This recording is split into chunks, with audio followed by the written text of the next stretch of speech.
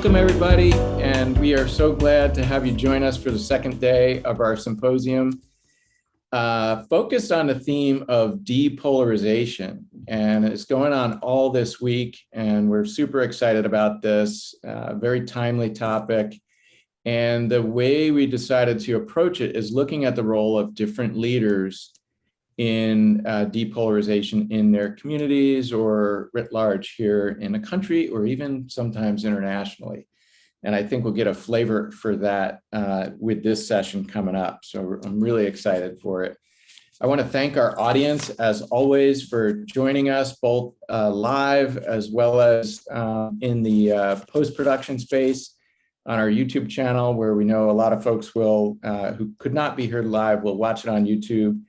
Our volunteers, of course, we couldn't do the work that we do without the volunteers. So thanks to Alex for today and all the other volunteers for their support, and Brenda as well, who was a backup to Alex on the tech side of things. And our sponsor for this webinar is actually Ursula Inc. And Ursula Menchez does a tremendous amount of work in the business world with female empowerment and helping rise up mainly a lot of young women as entrepreneurs in the business space. And she was super excited to sponsor this panel discussion. Other programming that we've got coming up this week, tune in tomorrow for a panel discussion sponsored by FIRE, the Foundation on Individual Rights and Education, looking at what role students and faculty play in depolarization. And then on Thursday, we'll look at the role of the media. We'll look at the role of immigrant voices in that space. And then we'll have a VIP reception that night for all of our speakers and sponsors and other folks attending the session, where we'll feature the Afghan National Symphony. And we'll have an off-the-record conversation with myself and a couple other people talking about the recent Afghan evacuation and what to expect. So we're super excited about that. We'll close out the week with Dr. Chris Bale doing a keynote conversation with Lou Hennessian, interviewing him about the role social media plays in depolarization. And so I hope you're able to tune in for a lot of that programming. If not, don't worry. As I mentioned, we've got our YouTube channel. The veterans panel that we hosted yesterday will be up within the next 24 hours. If you're interested in catching those videos as they appear, just go to our YouTube channel. Sydney's going to post it in the chat function right now, and you can click on subscribe and you'll automatically get updated on any of the content that goes up. It is my honor and privilege to introduce Yael Swerdlow today, the CEO of Maestro Games. Yael and I have been spending time together in this space for quite some time now, and she really knows this space with respect to approaching polarization, I think, from a neuroscience perspective and through other capacities. And so to have her moderate this panel with these amazing speakers is going to be really exciting. So I'm going to turn the floor over to you and drop off camera, Yael. Thank you so much. Thank you, Steve, and it's an honor and a pleasure. I'm very, very grateful to be able to be here. So I am blown away by the individual resumes of each one of these wonderful panelists. For purposes of brevity, though, I'm going to do the introduction as it pertains to today's topic. Their full bios are on the website, though. So I'm going to start with Dr. Joy VerPlanck. Hi, Joy. And she is the Senior Insight Strategist over at Neuro Leadership Institute.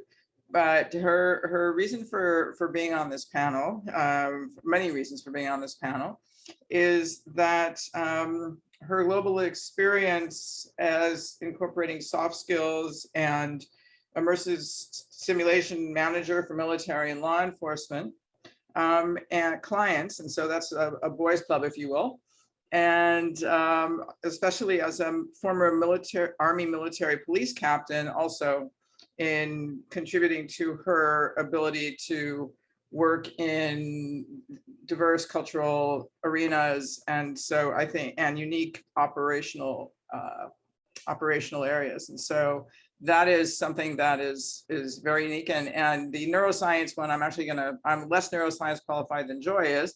So I'm going to toss that over there. So Matia Wilson is, hi Matia, and thank you for joining, is very unique in her background as well. Besides her Peace Corps activity, she was in Afghanistan for 3 years working as the Gender Operational Opportunity Development, which I love the acronym is GOOD, and program, and provided educational opportunities for the Afghan women in police and military. And so both of you and Miry is the CEO and founder of Miry's List, which is being able to bring tremendous resources to the refugees that are arriving, not just the Afghan ones now, but previously the Iraqi ones, the Syrians, and folks that have come here and have nothing but the clothes on their backs and need everything from diapers to, you know, a coffee pot to a bed. So Miry will tell us how she's been able to create one of the most phenomenal resources for arriving refugees.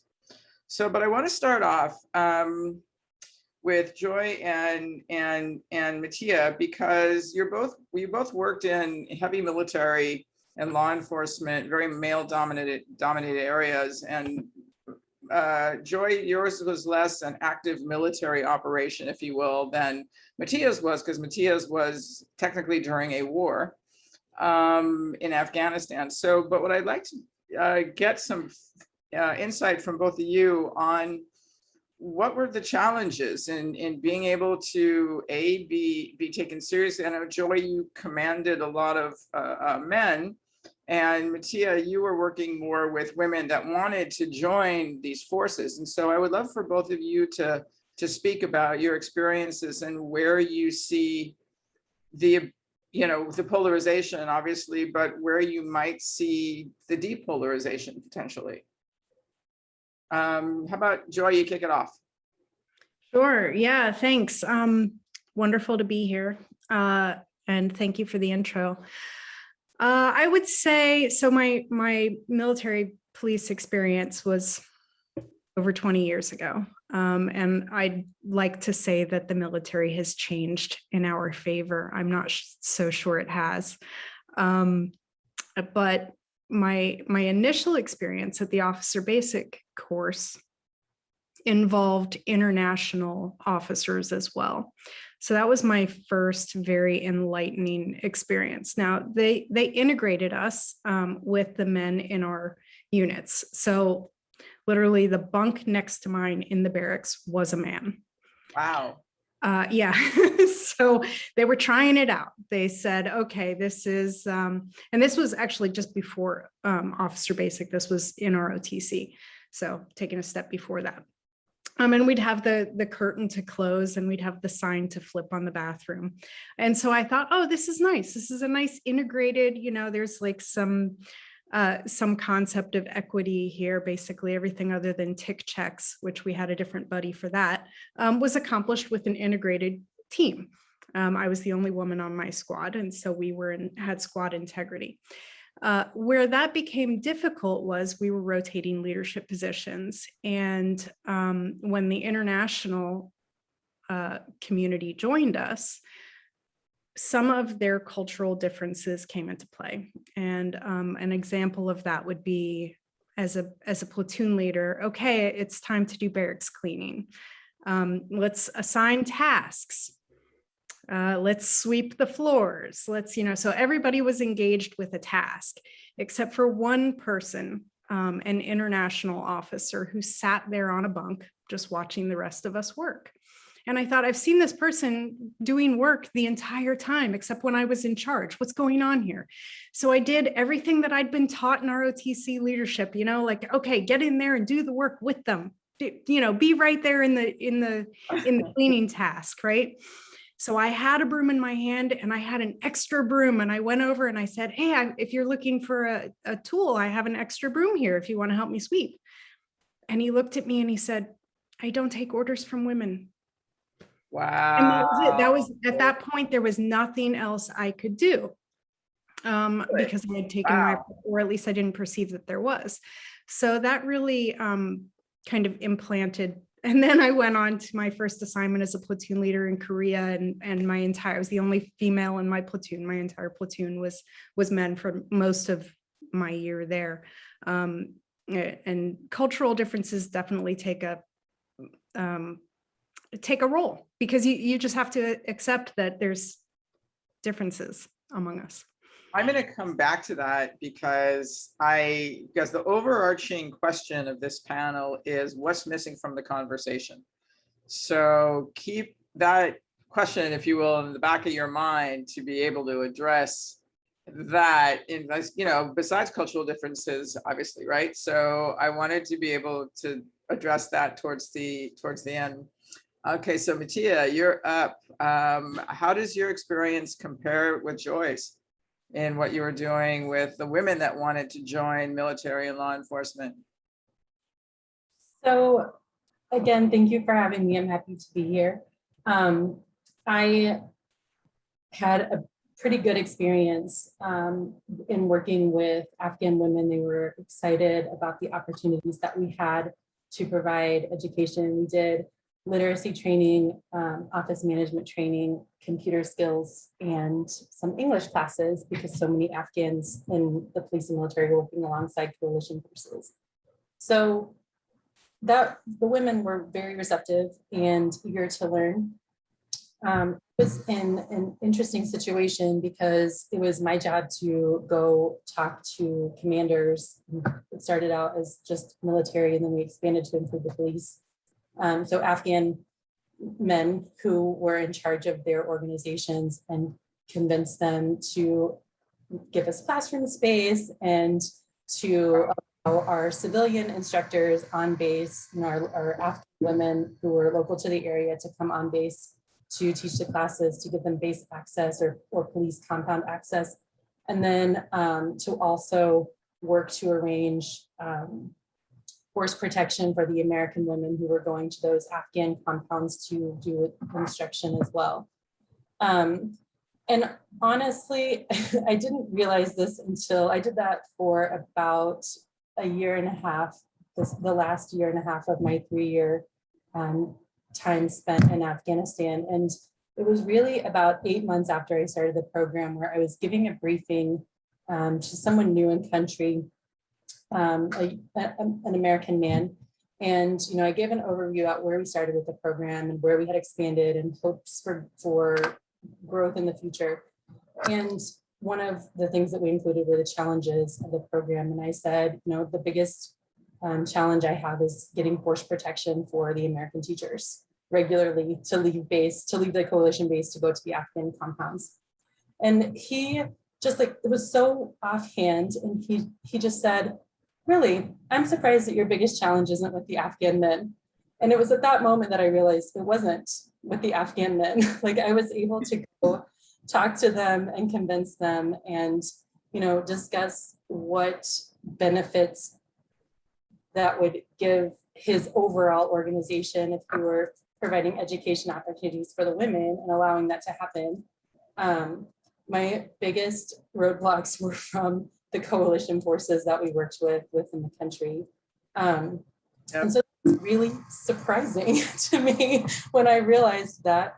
And it was kind of one of those things where I realized there were a few instances where I had talked to someone and said, I want to do this. And they just said, that's never going to happen, or it's not going to work. You're not going to be allowed to do it. And I would say, okay, well, maybe just take me over there and let me talk to the police commander, and we'll just see what happens. And then, it would happen. And it would, of course, needed some follow-up. It wasn't just a one-and-done conversation. It's so much about building relationships, the work that we did. So I think that, it was definitely a challenge in some aspects, but like many things, many places, it's all about relationship building and putting that time in and finding, you know, what is it about the other person that you need to appeal to in order to get what you're trying to do accomplished. So I agree, and you perfectly teed up my question to Miry, which is, I know in your collecting, you know, how this started, going to your friends and neighbors and folks on Facebook and asking if there are, you know, extra things in the garage for kids, like the jumper or whatever that the kid doesn't need anymore, things like that. I was wondering, what's the response with, and I definitely don't want to do a husbands versus wives thing, but what's the response in donating, if you will, as like, honey, we have to clean out the garage because I'm getting rid of all the stuff that we don't need or use anymore. Is there what's like an enthusiasm difference? I guess I wanted you to speak to in your collecting, because the reason I'm going there is because people perceive, and a lot of research also perceives women as being, you know, maybe more empathetic, more ready to volunteer, more ready to donate. And I'm curious on the ground what the response is, because especially like in war zone situations, you hear, you know, a mother's not going to send their kid to die type of thing, and you know, we hear all of these, and some of them are tropes and some of them are not, but we hear all of these comments about how women are far more focused on taking care of the global family, for example, right, than men are. And as somebody who's boots on the ground in collecting things to be donated, is there a difference? Well, that's a great question, and I would say the differences that we see as far as response from all of the genders is more about the specific role of volunteer that we're looking for. So, for example, sometimes, just this morning, I had a volunteer here sorting donated clothes. And these are all brand new clothes that have been given to us by individuals and companies, and they have to be sorted by size. And that role tends to attract women to who are, you know, the people that love that role are people who love label makers, who love folding. Maybe they worked at the Gap or Old Navy once upon a time. However, we also every single week need volunteers who are hauling really big boxes. And, you know, the post for those types of volunteers look like, do you have a couple hours to spare? We need to ship out welcome kits to families. You must be able to pick up a 50-pound box without any pain. And so, you know, we see all genders coming through our space to volunteer, not only to pack these kits, but also in all of the various parts of our organization. Also, I think this might be a good time to share that as of January 1st, 2021, we no longer collect gender as far as our enrollment process for families. We ask for pronouns and that's it. It occurred to us that we actually don't have a need for that information at all. And then it is also an opportunity to kind of share more about American culture as pertains to personal pronouns. So that's the information that we collect from our families. Wow, that is fantastic. I would be remiss if I didn't remind the audience to use the Q&A function if you want to ask a question. So very interesting. So I guess yes, Joy, please. Can I jump in on that? Because Miry, Please. that just made me think of something that happened very recently, just in the last 8 months or so. And I won't share where I was, but somebody needed help with a box, a heavy box, and walked right past me. And I said, "Oh, can I help you?" And she goes, no, there's men in that room. I'll go get one of them. And I said, no, I can help you. Yeah. And she's like, let them. That was actually a polarizing moment among women because of my Yes. desire to lift a heavy box and help her, and she wouldn't let me. Thank you for teeing up my next question. With that, perfect.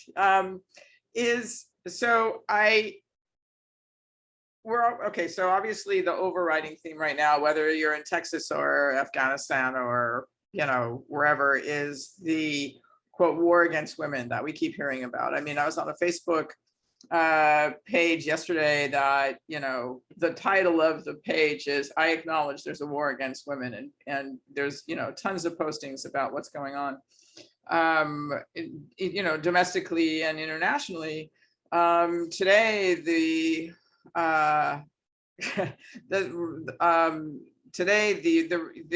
UN General Assembly opened, and the Secretary General again addressed gender inequality and you know, all the issues, and this has obviously been going on since time immemorial, that we have not been able to quote advance, and whether it's in business or in politics, or, you know, and we're making incremental advances, but we're definitely not having achieved parity yet or anything like that.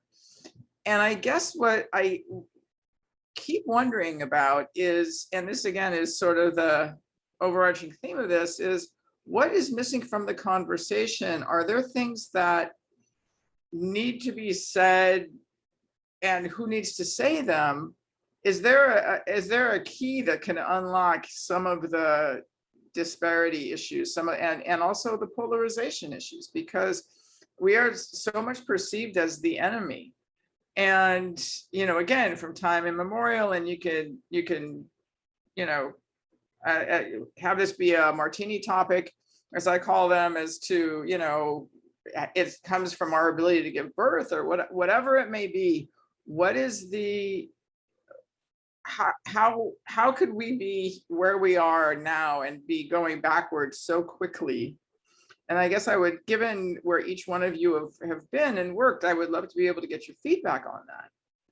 I mean, is this, they say it has to take a generation or another generation before, you know, women are raise their sons to see little girls as equal on the soccer field. And I mean, there's all this stuff we hear constantly, and I would love to be able to get your opinions on that.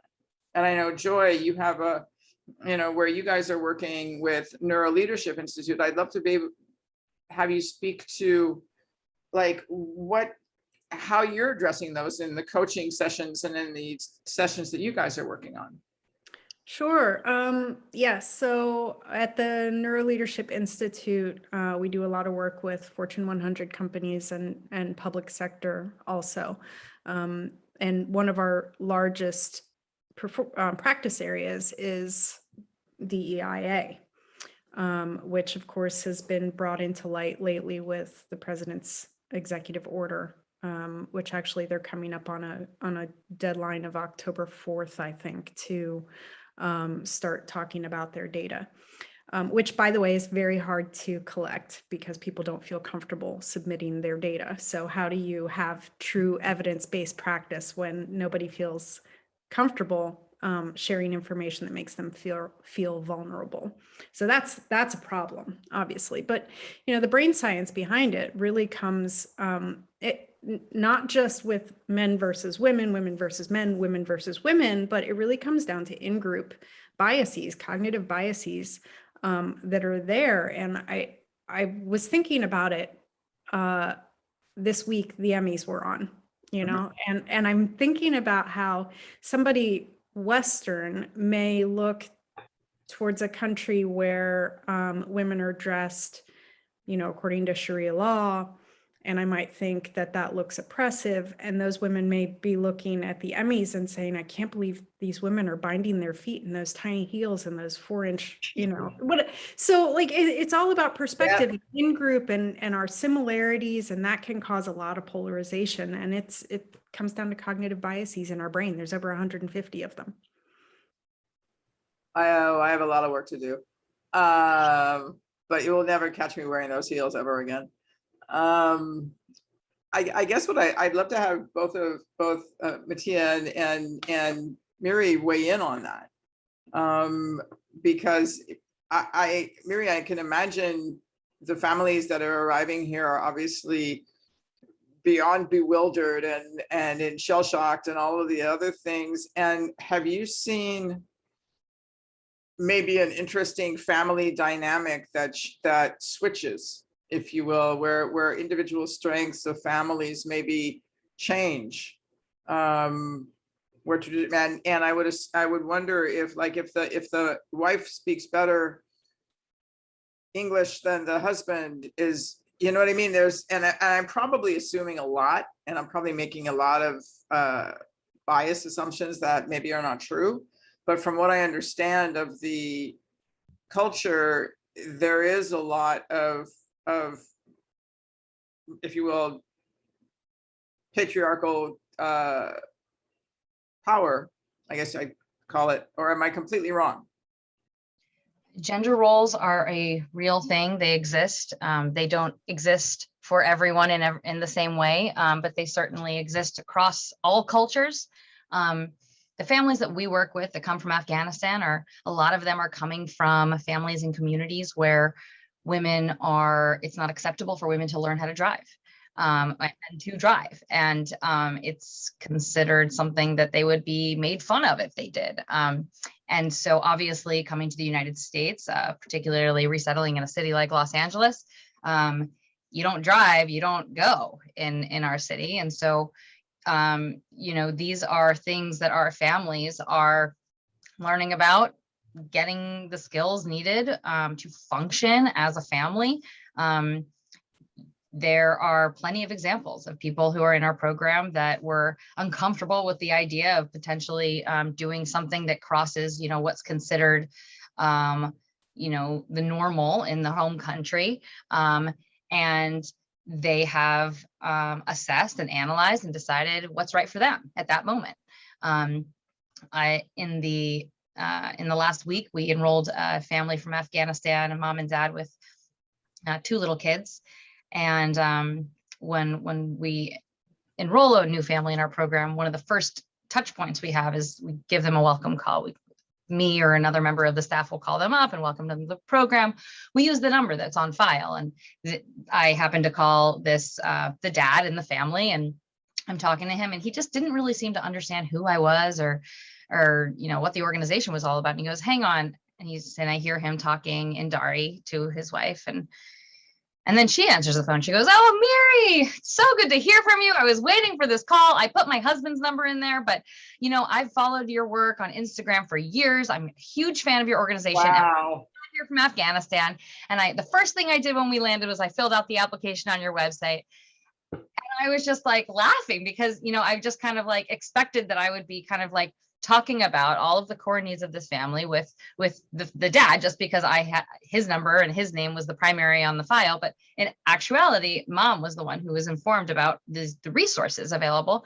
And, I really appreciated that. And she's somebody that, I've had the joy of getting to talk to several times since then. And we've been able to send beds for the kids and for mom and dad and other kind of essentials for the household.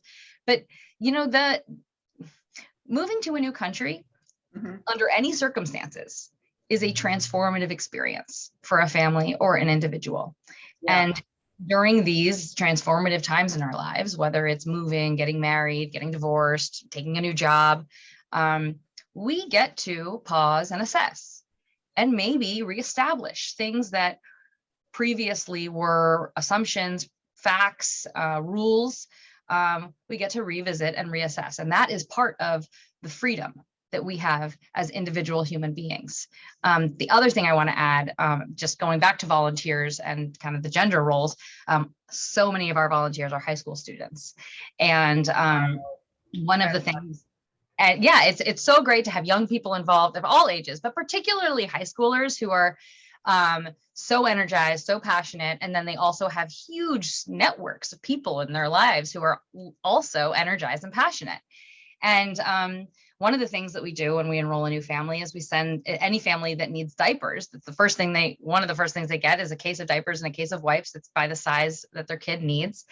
And I'm proud to say that Miry's list is part of educating an entire generation of high schoolers on what size diapers fit what size baby butts.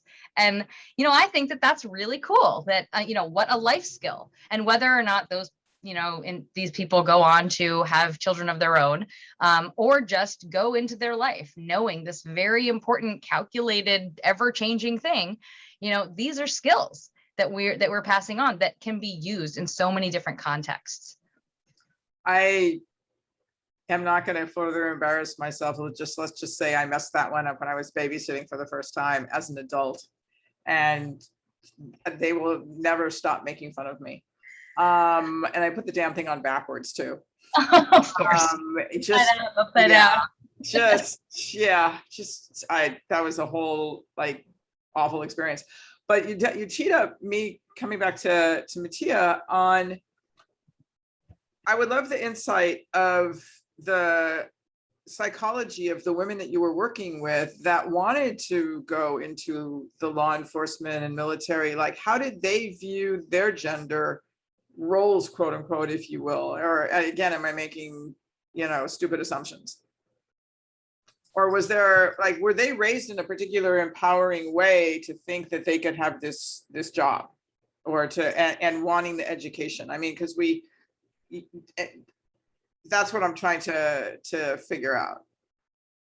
So most of the women that I worked with in my time in Afghanistan, whether it was their teacher or running the program they were part of, were lucky enough to be from a family where their family supported their education. Not every woman in Afghanistan has that luxury, that benefit. So the women that we worked with very much had the support of their families. They of course wanted them to be safe and you know, secure on that journey, but they did support them being out of the house and working, and that was really fortunate. I also had a couple of thoughts while Joy and Miry were talking. When we're talking about what's missing from the conversation, I think that, you know, one of the things that I was thinking about in preparation for the call today is just the power of education. And when Joy's talking about the in-group biases that we have, and Miry is talking about the story of the woman from Afghanistan who did research and knew about her organization ahead of time, I just think that there's so much power in education, and it's something that I truly believe in, and I think that that is what can solve a lot of problems. You take some time to find out something about someone from a culture that's totally different from yours, and you learn, and you say, oh, well, I was wrong, you know, and that's okay. And we're, you know, I think that a lot of times people are afraid to admit that they were wrong, or admit that they have some idea in their head that wasn't, you know, quite true. Yeah. But I think that it's so important to just continue on that journey.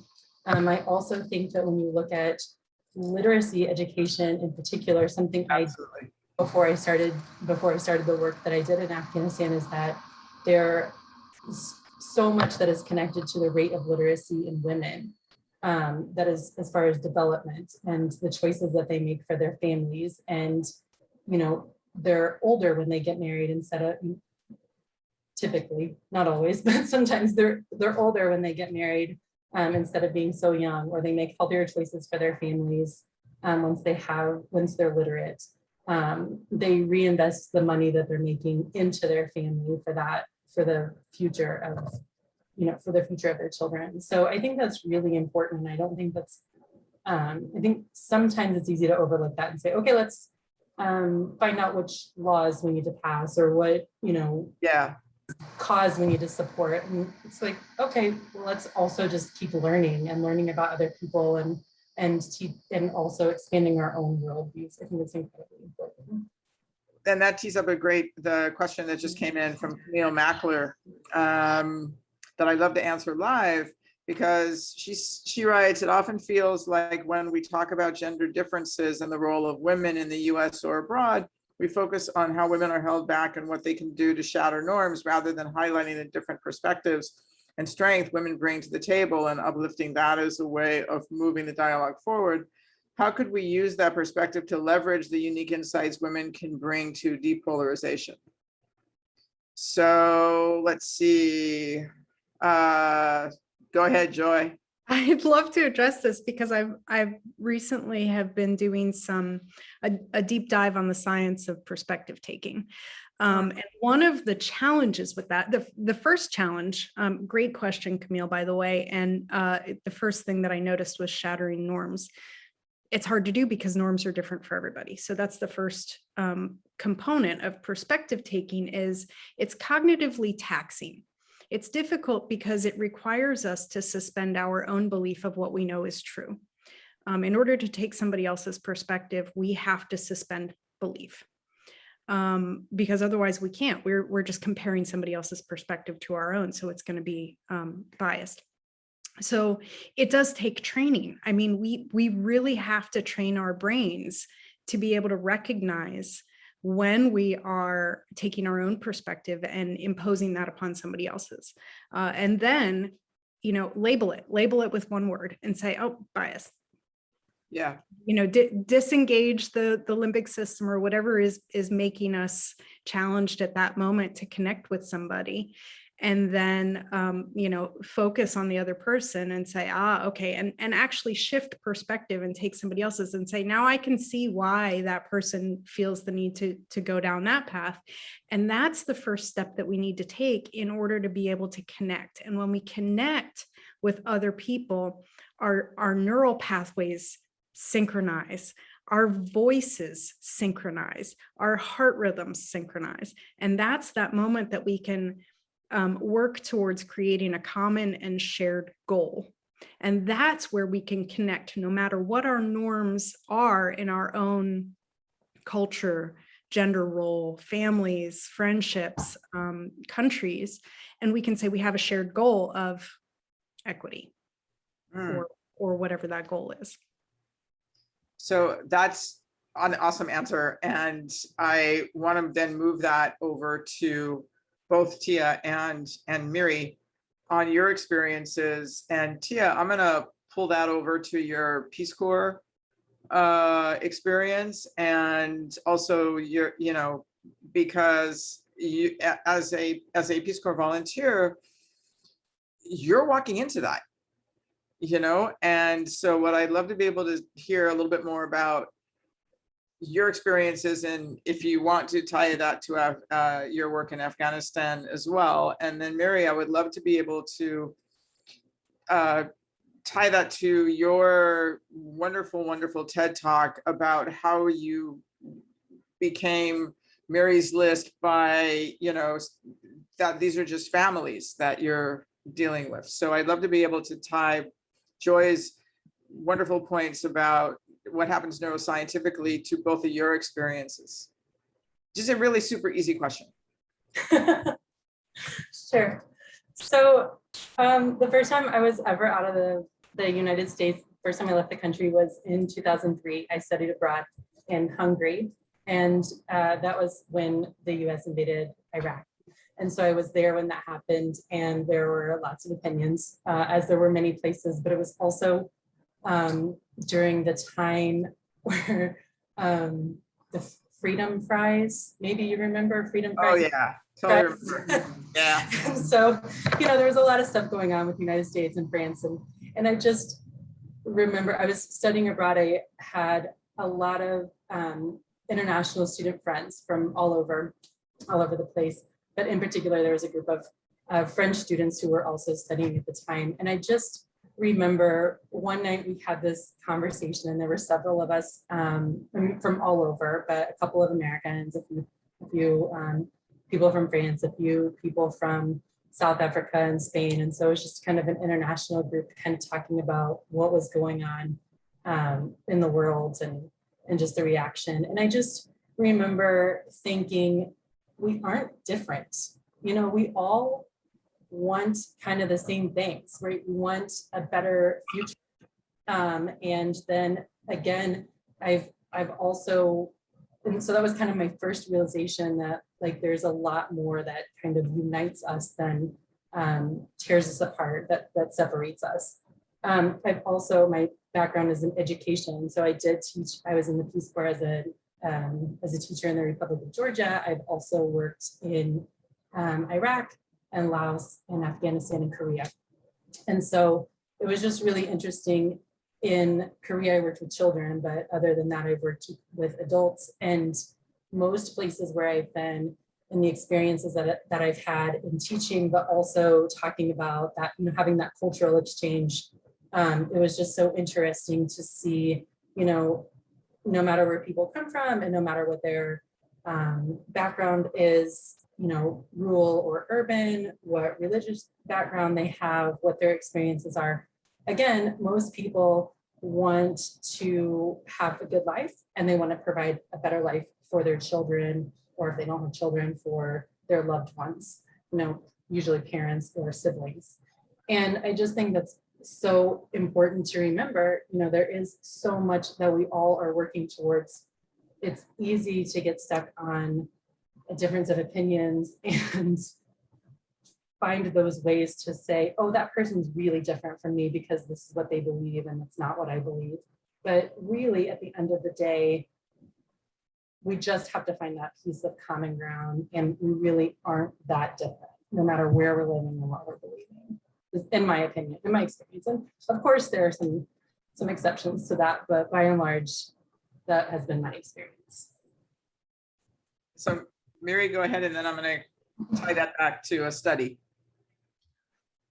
Well, Yael and fellow panelists and attendees, y'all know where I stand on this. I clearly stand with my Afghan sisters and brothers, and I believe so much in their right to a warm, welcoming, nourishing resettlement experience that starts from the day that their plane lands, not 3 months later after they have been living in an empty apartment for 90 days. That is the whole purpose of Miry's list, because I believe that. But, you know, to touch on your question, I want to tell you about the time that I ran into Tomi Laron in the street in West Hollywood.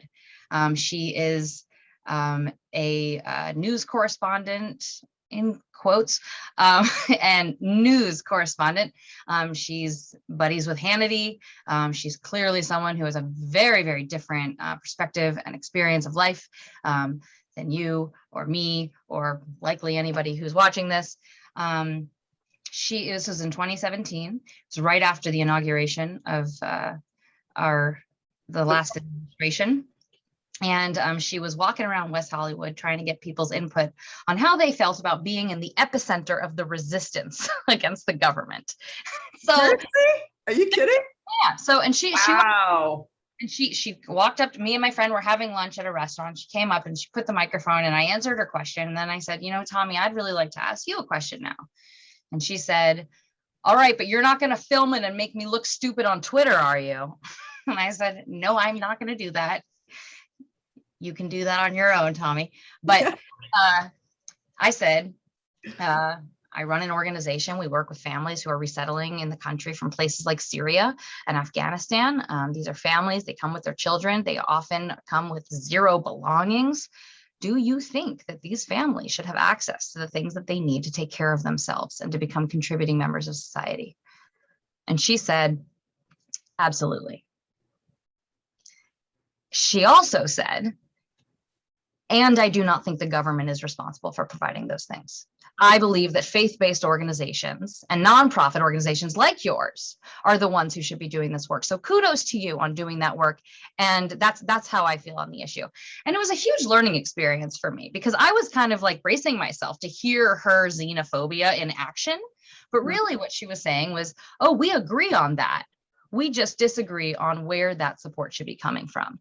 And I've taken that with me in my heart. And it's strange to have a part of my heart that is about an interaction with someone like her, but it's such a reminder. It's such a reminder. This is not what we're dealing with is not polarizing. The other stuff is polarizing. How it's funded, how the vetting process, how many families are coming, all that's polarizing. Should families have what they need to take care of themselves? We all believe in that truth.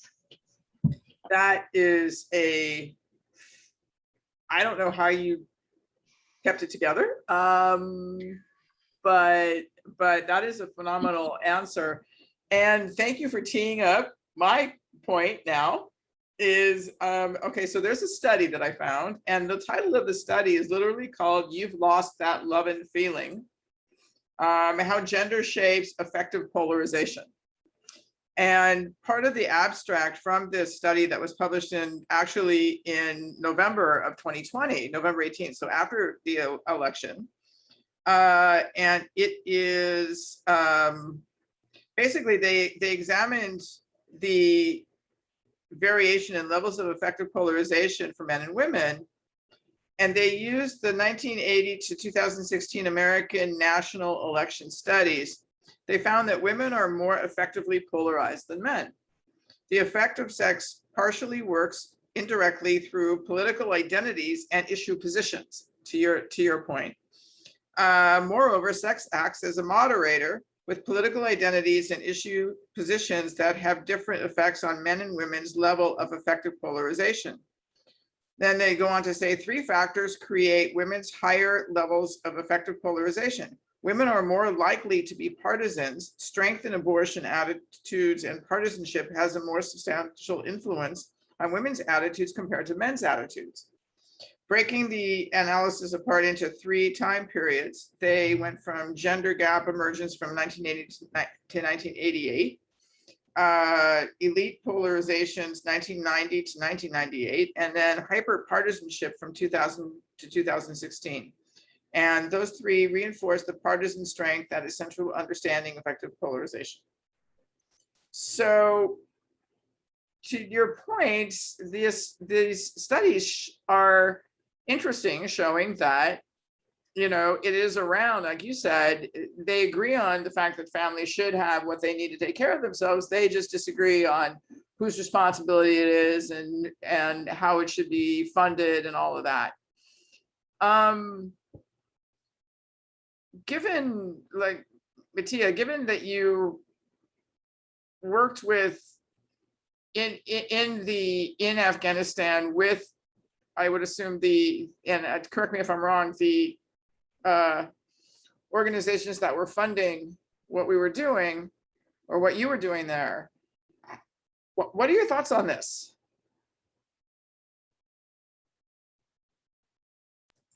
Well, you're not happy about that question? no, I'm good. I was unmuting. I think that, like, if you look at that time period from 1980 to 2016, there were so many changes in the world and in technology and in the way we communicate with other people and in women entering the workforce and just life in general. There were just it was a period of tremendous change. And so my thoughts aren't necessarily that it's women who are, you know, causing all this polarization. I think it's just a symptom of the times. And I think that, you know, in the early 90s, we heard opinions from our family members at holidays, you know, or spring break. You know, we didn't hear it every single day when you logged into Facebook or Instagram or whatever with Twitter. Like, we didn't hear it all the time, constantly. And so, you know, it was a different time to have those conversations and to have those views. And my mom doesn't like to talk about politics, and she doesn't like to talk about, you know, who she's going to vote for, who she voted for in an election. It's just not a conversation she's comfortable having. Well, then there are people, you know, my age who are very, very much like, this is who I voted for, and these are the issues I support. And, you know, I think it's not just a gender thing. I think it's also a generational thing, and just a shift in the way we live our lives. And we're much more forthcoming with opinions than we used to be, and putting it out there. Yeah, I definitely think so. But there's also the echo chamber phenomenon that you're, you know, and governed by algorithms, right? So you're only going to get the ads or the articles that speak to things you've already made clear are your biases. And so, Joy, I wanted to come back to you on that one. Are there, and this is just, you know, on a 100,000 foot view, because I know that there are lots of specifics, what are the, besides exposing yourself again to other folks, other experiences, per Miry's answer, how do you see us moving forward, if at all, on addressing this war against women, this bid that we're constantly being told, you know, that it's getting worse, and a lot of us are experiencing that it's getting worse. So how do you see a path forward, if there is one, in baby steps, if you will, I guess? Yeah, it's interesting because, you know, you talk about studies and chunks of time, and in my work, we're recognizing that the brain really hasn't changed much. You know, we really haven't evolved. Our society has. We're now asking and even demanding of each other more authenticity, and showing and displaying our differences. Now, there's issues with our culture becoming more performative. You know, there's like performative authenticity, you know, which is like a whole different thing. You know, am I portraying the person that I think my group of people wants to see? And am I being vocal about the topics that I think are going to garner support from the people that I respect in my culture, in my circle of people? But really, the brain really hasn't changed much. We still have an expectation that our group of people needs to come together towards a common goal of survival. The things that we're attempting to survive and the people that we're connecting with to create this survival situation have changed. But we are still tribal species. We are still, you know, trying to find our people and trying to stay alive and trying to find creative ways of adapting to situations that vary as society changes. But really, the way we survive this is to find ways to connect with other humans. So that's and I'm going to go to Miry, and then I'm going to ask if there's questions from the audience as well. To please, I'm going to open it up to Q&A after this. Miry, I'm going to ask you to jump off on what Joy just said, and your experiences with, you know, folks do want to give and they do want to welcome, but are there?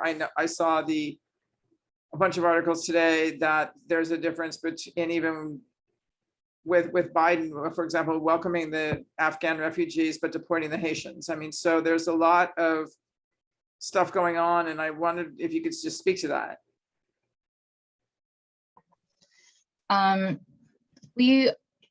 Miry's List, our organization is here to support folks who are coming through the federal refugee admissions program. We don't have any country of origin requirement.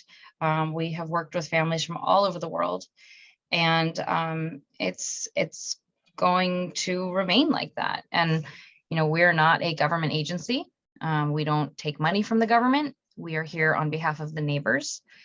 And this is not a organization of one particular faith or country or ethnicity. We are here to help newcomers. And I think that there is a shared experience for anybody who has taken on this incredible challenge, regardless of the circumstances of why they had to leave. But the facts are, it's violence, persecution, inability to return home. I mean, a lot of the families that we work with come from neighborhoods in Syria that no longer exist, or that are still rebuilding after civil war years ago. And so, you know, I love hearing from our team and other families about the connections that they've made here in the United States with people from other countries, from people who are from the United States, and also people from their home country who they didn't know in their home country, but they know now. Yeah. And that, you know, two of my colleagues, their names are Rafid and Ayman. Rafid got here at the end of 2016 from Iraq with his wife and their 3 children. Ayman got here from Syria around the same week that they did. He came from Syria with his wife, their 5 children, and his elderly mom. They met because they were put in the same building.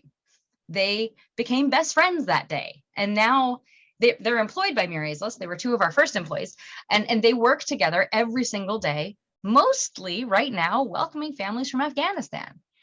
And I think that there is a really important role for folks who have resettled to get involved, welcoming the families who have come after them, not because it's on them or that responsibility is theirs alone, but because those people represent hope about the fact that the extraordinary struggle and the extraordinary challenges do not last forever.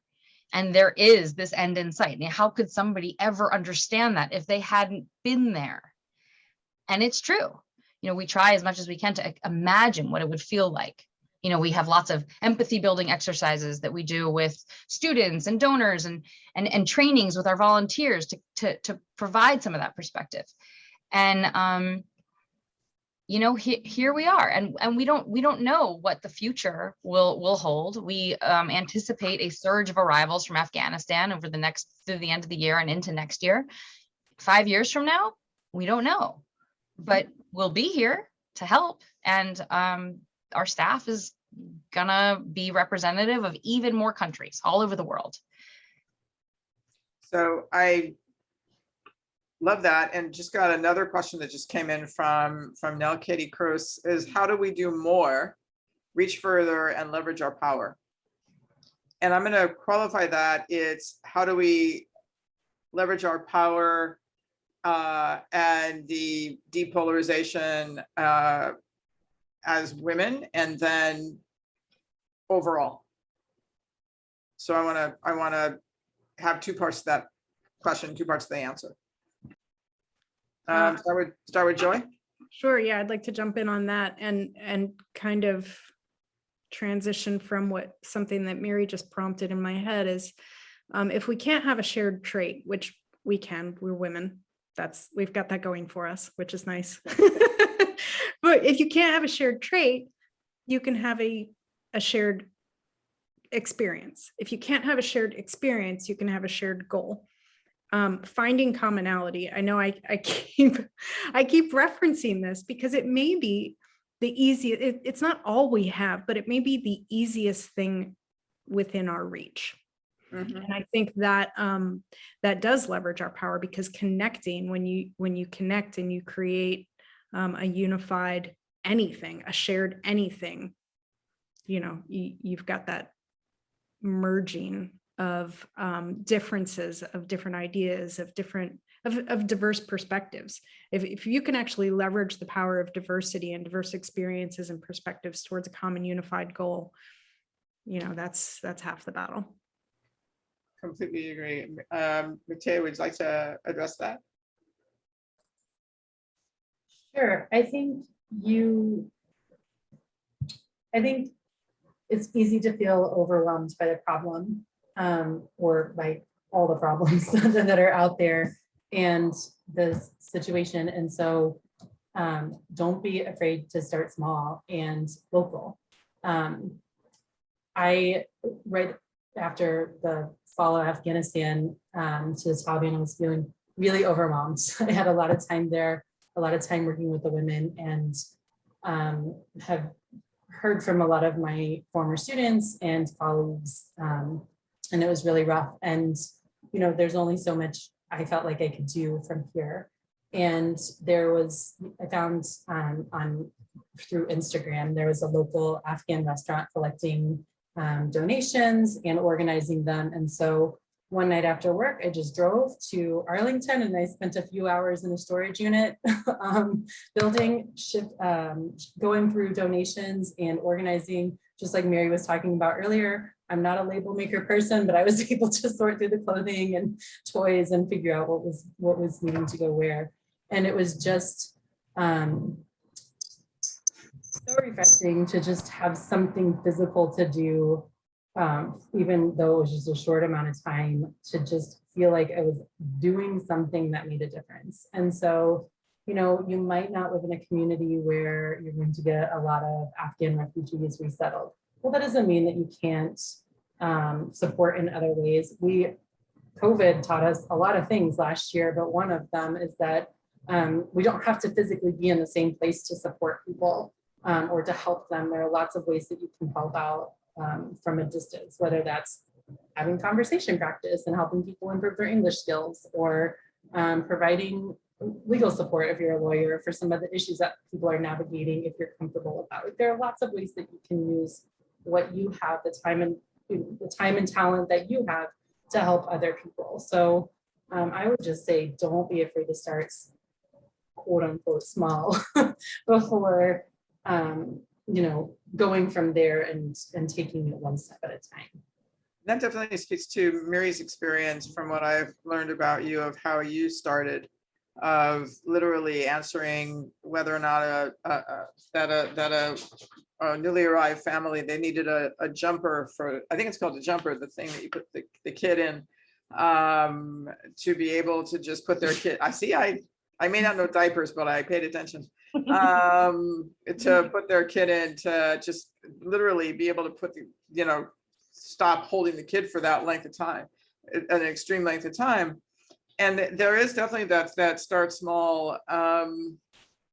And I wanted to also lead in with Heather's, Miska's question, and she's coming in as a member of Gen Z. And I don't even remember what the age group is. I just know they're way young. But, she wants to know what roles all of you think students and young professionals can play to help depolarize our communities or families. I could be snarky and say, and hypocritical and say, get off Facebook, but, or help us shut down Facebook, I guess would be the answer that I would throw out there. How do you, Miry, you addressed that what's really awesome about what's going on right now is the high school students that are coming in and with their networks and their passion and strong backs, if you will, to be able to help with what you're doing. Two points on this. So Joy, again, the brain hasn't changed, but hopefully there is a level of evolution that we can speak to with the younger folks that are coming up that are hopefully not completely destroyed by social media, and texting, where you have the attention span of, what is it, a gnat, I guess. And then, but Matia, I also, when you were in the Peace Corps, and I guess now, is there a shift for Generation Z, for example, the level of altruism and the level of dedication? Like, what are you guys seeing in that world right now? Start with Matia. I feel like I'm Hollywood Squares, right? Circle gets the square. I just dated my age. God. Oh man. Okay. So I was in the Peace Corps quite a few years ago, so I'm not 100% sure what people are thinking now. However, I think there's still that desire to go and do what you can, how you're able to do it. There's a sense of service that some people have, and not everybody is equipped to join the military. Not everybody is equipped to join the Peace Corps. Some people can teach middle school and some people can't. Lots of people can't. So I think you just have to find, what is it that you're good at and that you enjoy, that you're able to do to help contribute. And it looks different for all different people.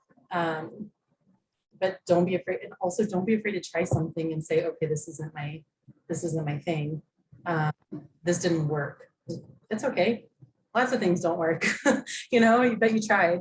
And I think that that's really important. And I don't think, I think that no matter what, when you're talking to students and young professionals, that it's important to remind them that failure is really common, and it's how we get places, and it's how we get inventions, and how we do evolve. Because that's what you do. You mess up and then you grow, hopefully, and you learn something, and you make another step, and you make an adjustment, and you regroup and try it again. And don't stop having the conversation, Just keep So I talking. wanted to jump to that where you said, don't be afraid. So in the polarization or depolarization conversation, we're so quick to dismiss of, oh, I can't talk to you. And then that adds to the polarization. So I think taking what you just said about don't be afraid to fail, there's also a level of failure in conversations and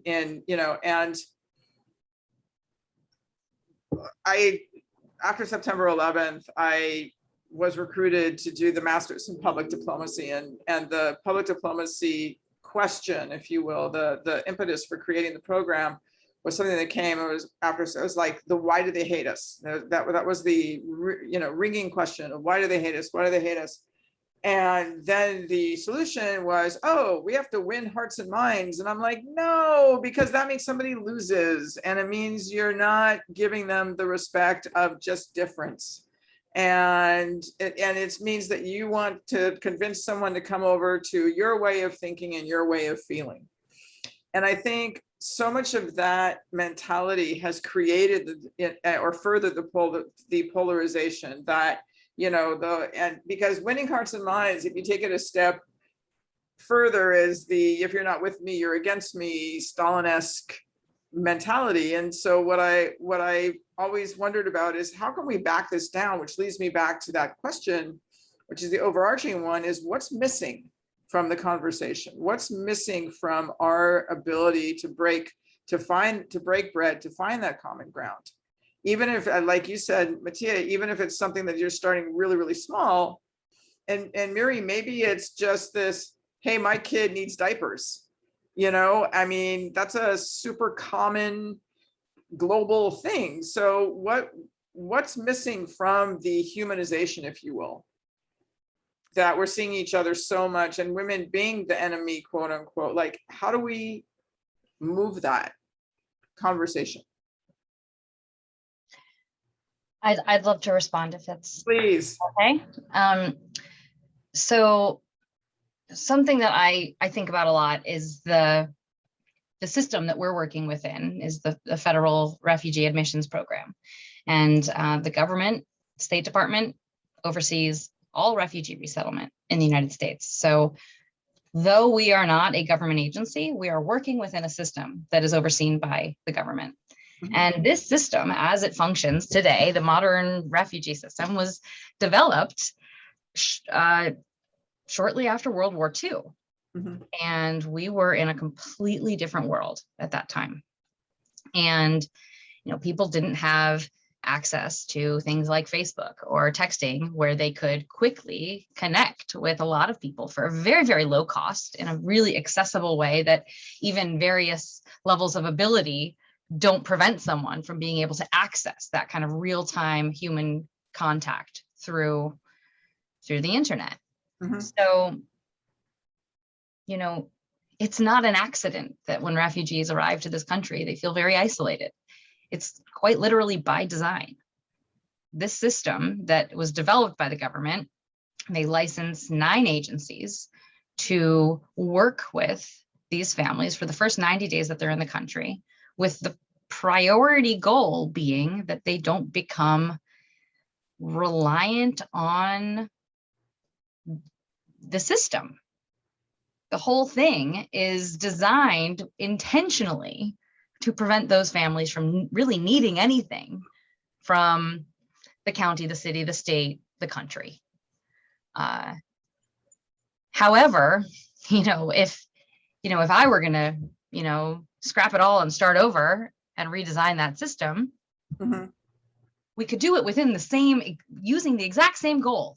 How do we create a system that gives people the shortest pathway to becoming independent financially and otherwise, but then also to become contributing members of society?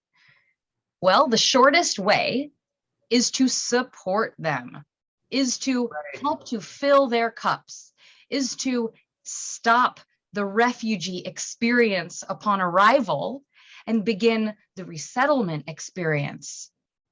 Now, when families get here and they are picked up at the airport by their caseworker, who, by the way, every caseworker at every agency that I have ever met is a complete hero. And I have so much respect for the work that they do. None of them are doing it for the glory, the money, or the fame. I promise. Now, that caseworker is going to be responsible for dozens or even hundreds of other people every time they pick someone up at the airport and take them to a motel for that family to stay temporarily. There is just no possible way that one caseworker could provide the kind of support that an entire family would need at a time of need like this. So, I think as the neighbors, as the friends, as the people walking by that motel that evening with our dog or our kid or whatever, we have this incredible opportunity to step in to offset the limitations of the system that we're working within. Also, I think that to roll out services for refugees in a way that they are isolated from their neighbors and potentially other resources that are available to them outside that one agency that where they have a caseworker, that is certainly being penny wise, pound foolish. Yep. Because how it plays out is the arrival to the United States becomes an extension of the refugee experience. The first 3 months, the first 6 months, the first 12 months, or even longer become just more of what these families have experienced in the migration process. The unknowns, not being able to make choices for themselves, not knowing what phase they're in right now and when the next phase begins. All of this can be solved by providing information up front and for letting families decide for themselves really important things, like, for example, what their space looks like. If we pause for a moment when we're moving a family into an apartment and we say, for your mattress, do you prefer a more firm mattress or a more soft mattress? Okay, how about the bedding? What color do you like? Dark red. Okay. Well, what that means is that the following week, when the family is waking up in their apartment that is mostly empty, but at least they have beds, they're going to see those beds as their beds, not, oh, this was provided to me by this refugee welcome kit that everyone is the same and everyone gets it. A sense of belonging comes from having ownership of something. Your space is the closest thing to that. And I believe what we do is an investment in these families, because ultimately, once their cups are filled, meaning they have what they need to thrive and to know that their children are comfortable and safe and have access to education, not only access, but also the things that they need, like backpacks and new shoes and school supplies. That's how we are inviting families into this community that we've built of helpers, people who are contributing to make our communities better. I would say about half of our volunteers are folks who have graduated from our program. Half of our staff are people who have graduated from our program. We're like the United Nations. There's 13 spoken languages on the staff at Miry's list. Wow. Yeah.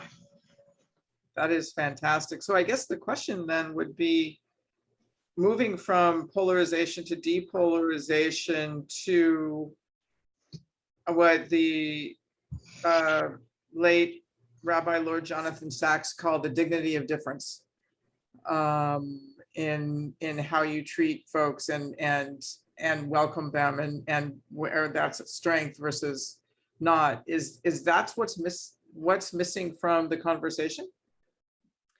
Can I jump in on that?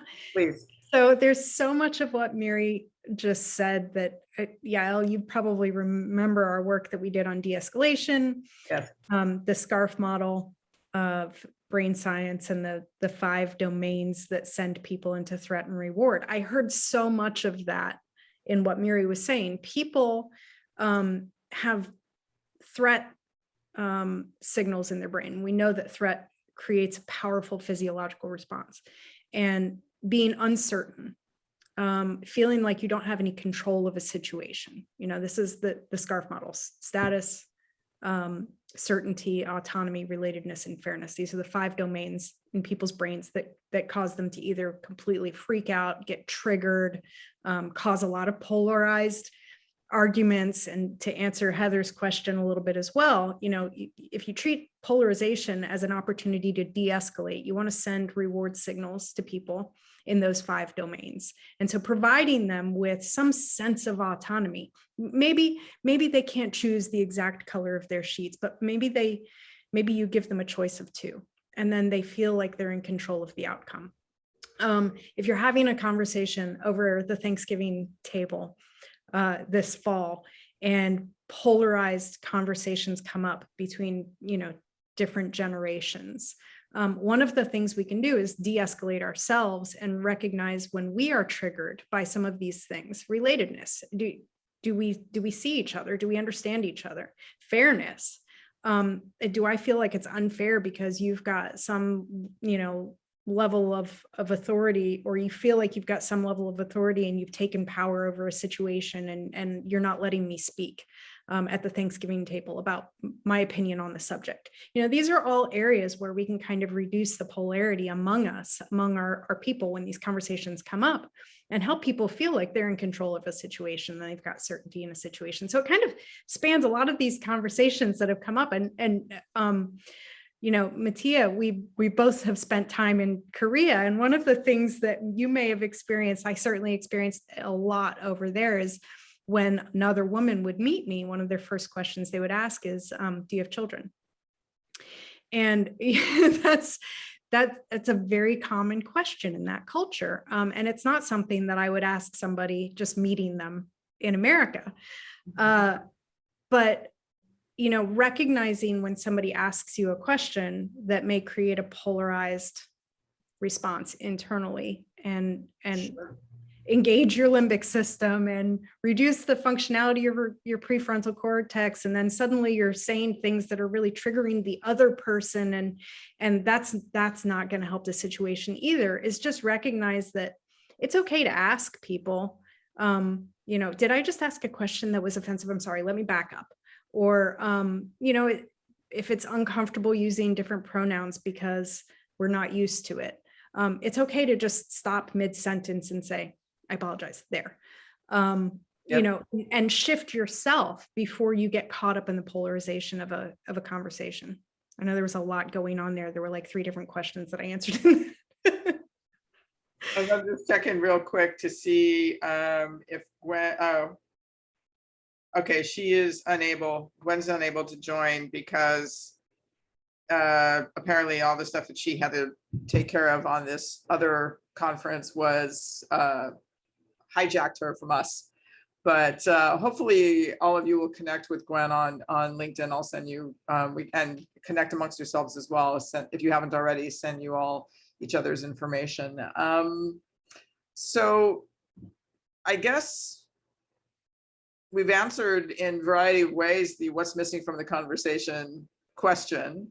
And I guess the overreaching answer is, as Joy said, de-escalating yourself and empathy and a sense of purpose, I think would also add in there, and be willing to listen, not trying to convince folks, as the winning hearts and minds thing, not trying to convince folks that you're right, but just accepting the difference of that. And hopefully we'll go a long way into being able to de-escalate and depolarize these situations that just seem to be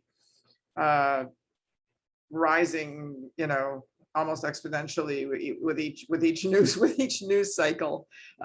We seem to get more and more. So I'd love to wrap it up if each one of you have any concluding thoughts you want to add.